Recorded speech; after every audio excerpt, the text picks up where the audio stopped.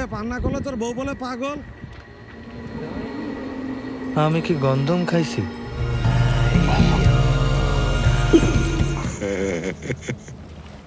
ভয় পাচ্ছিস?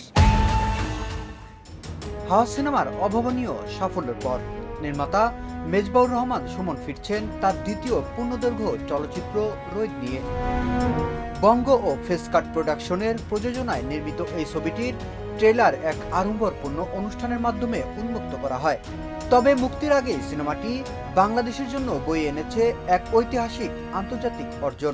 ফল আছে পৃথিবীতে যা জালিতে হয় না। বিশ্বের অন্যতম মর্যাদাপূর্ণ চলচ্চিত্র উৎসব ইন্টারন্যাশনাল ফিল্ম ফেস্টিভ্যাল রটারডাম এর ৫৫তম আসরে মূল প্রতিযোগিতা বিভাগ টাইগার কম্পিটিশনে অফিসিয়ালি নির্বাচিত হয়েছে রোদ।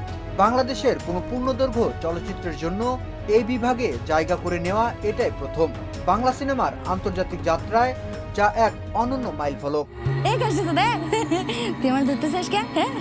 ছবিটির ভাবনা ও দর্শন নিয়ে পরিচালক মেজবাউর রহমান সুমন বলেন, সাধুতার পাগল স্ত্রী এবং তাদের বাড়ির পাশে তালগাছকে ঘিরে অবর্তিত এই গল্পে আমরা আদতে আদম ও হাওয়ার আদিম আখ্যানকেই খোঁজার চেষ্টা করেছি।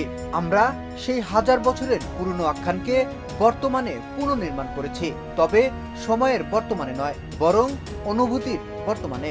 এই ছবির প্রতিটি স্তরে জড়িয়ে আছে চিত্রশিল্পী SM সুলতানের দেখা গ্রামীণ বাংলার আবহ।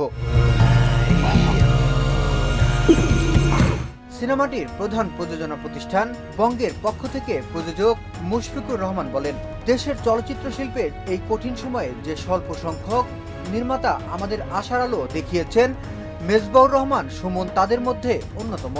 আমরা দৃঢ়ভাবে বিশ্বাস করি রোদ শুধু দেশের দর্শকদেরই নয়, বিশ্বজুড়ে দর্শকদের মন জয় করবে। ওটা কি সাধু ভাই? রোদের বিভিন্ন চরিত্রে অভিনয় করেছেন মোস্তাফিজুর নূর ইমরান, নাফিজা তুষি, গাজী রাকায়েত, আহসাবুল ইয়ামিন রিয়াদ সহ আরো অনেকে। এর গল্প লিখেছেন মেজবাউর রহমান সুমন ও সেলিনা বানুমণি। চিত্রনাট্য পরিচালকের সঙ্গে ছিলেন জাহিন ফারুক আমিন, সিদ্দিক আহমেদ এবং সকন্য শাহেদ ধীমান। সিনেমাটি আগামী বছর প্রেক্ষাগৃহে মুক্তি পাবে।